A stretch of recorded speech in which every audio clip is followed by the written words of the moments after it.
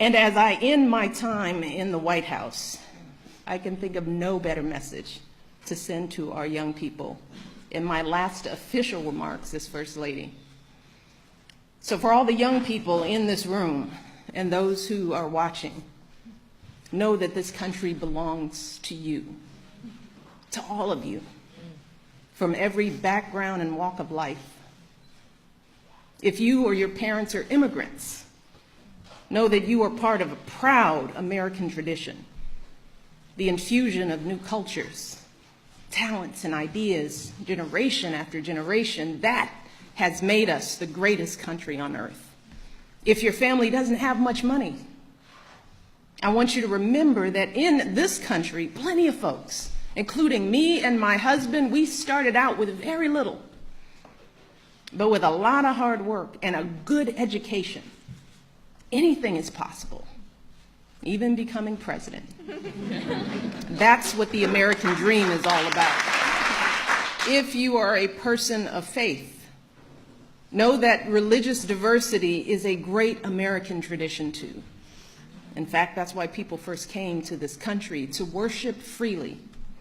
And whether you are Muslim, Christian, Jewish, Hindu, Sikh, these religions are teaching our young people about justice and compassion and honesty.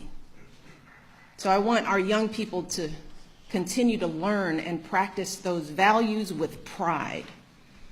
You see, our glorious diversity, our diversities of faiths and colors and creeds, that is not a threat to who we are. It makes us who we are. So the young people here and the young people out there, do not ever let anyone make you feel like you don't matter or like you don't have a place in our American story, because you do. And you have a right to be exactly who you are. But I also want to be very clear. This right isn't just handed to you. No, this right has to be earned every single day. You cannot take your freedoms for granted. Now, just like generations who've come before you, you have to do your part to preserve and protect those freedoms. And that starts right now, when you're young. Right now, you need to be preparing yourself to add your voice to our national conversation.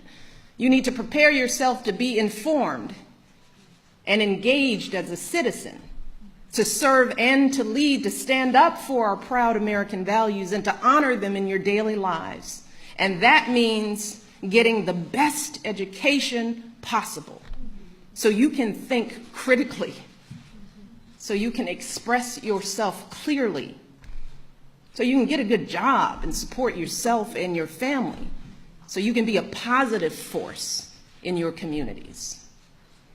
And when you encounter obstacles, because I guarantee you, you will, and many of you already have, when you are struggling and you start thinking about giving up, I want you to remember something that my husband and I have talked about since we first started this journey nearly a decade ago.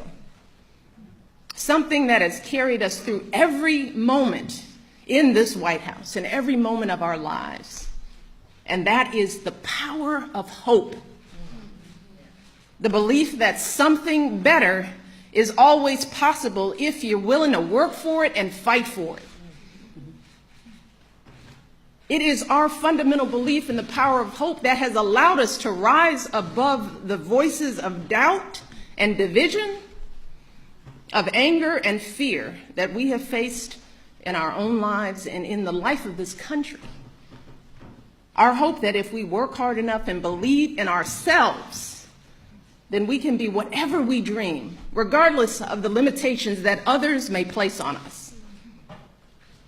The hope that when people see us for who we truly are, maybe, just maybe, they too will be inspired to rise to their best possible selves. Shoot, it's the hope of my folks like my dad. Got up every day, do his job at the city water plant.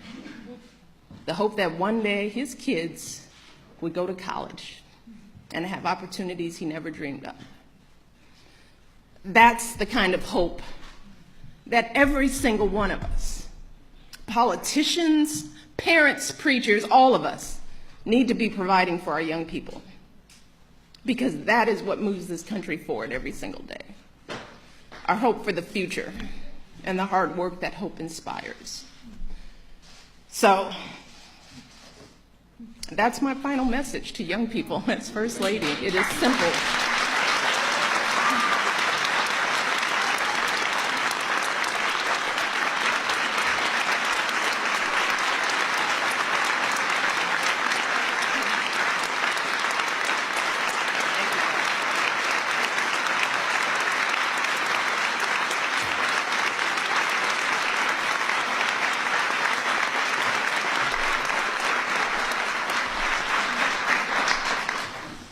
I want our young people to know that they matter, that they belong.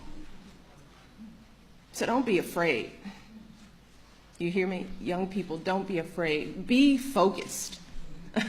Be determined. Be hopeful. Be empowered. Empower yourselves with a good education. Then get out there and use that education to build a country worthy of your boundless promise. Lead by example with hope, never fear. And know that I will be with you, rooting for you and working to support you for the rest of my life. And that is true, I know, for every person who is here today, and for educators and advocates all across this nation who get up every day and work their hearts out to lift up our young people. And I am so grateful to all of you for your passion and your dedication and all the hard work on behalf of our next generation. And I can think of no better way to end my time as First Lady than celebrating with all of you. So I want to close today by simply saying thank you.